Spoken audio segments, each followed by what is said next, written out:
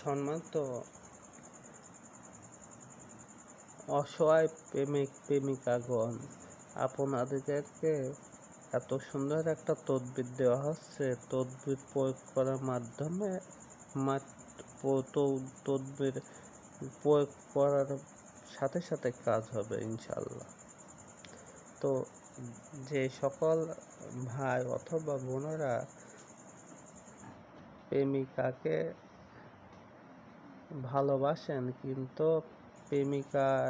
প্রেমিকার বাড়ির লোকজন বিয়ে দিতে আপনাদের সাথে চায় না, তাদেরকে সমস্ত পরিবার সহকারে এই তদবিরের মাধ্যমে রাজি করাতে পারিবেন।